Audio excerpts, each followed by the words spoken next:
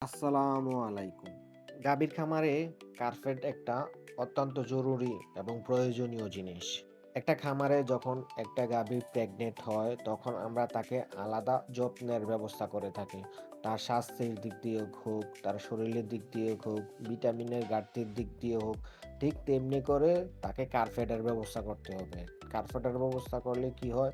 গোটা উঠতে, বসতে, চলাচল করতে একটু ভালো হয়। আর আপনি যখন একটা খামারে অনেকদিন একটা গরু পালন করবেন, তাহলে খুরার একটা ব্যাপার-স্যাপার হয়। খুরা ক্ষয় হওয়ার একটা ব্যাপার-স্যাপার থাকে।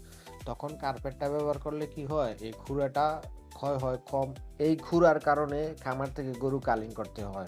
প্রত্যেক বছর ১ টা ২ টা গরু কালিং করতে হয়। কার্পেটের ব্যবস্থাটা করলে এই গরু কালিং করতে হয় না। এর ফলে আপনাকে একটা গরু অনেকদিন সার্ভিস দিয়ে যাবে। প্রেগনেন্ট গরুর ক্ষেত্রে কার্পেটের ব্যবস্থা অতি প্রয়োজনীয়।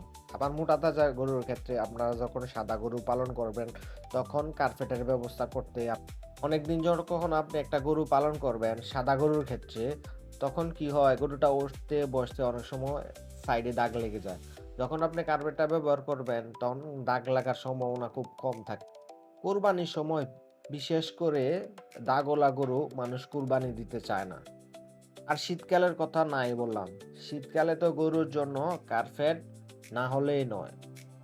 খামারের ক্ষেত্রে কার্পেট একটা অতি প্রয়োজনীয় জরুরি জিনিস। আপনার খামার উন্নতি করতে চাইলে, খামার সুন্দর করতে চাইলে আপনাকে কার্পেট ব্যবহার করতে হবে। তা না হলে খামার টিকা অসম্ভব হয়ে যাবে।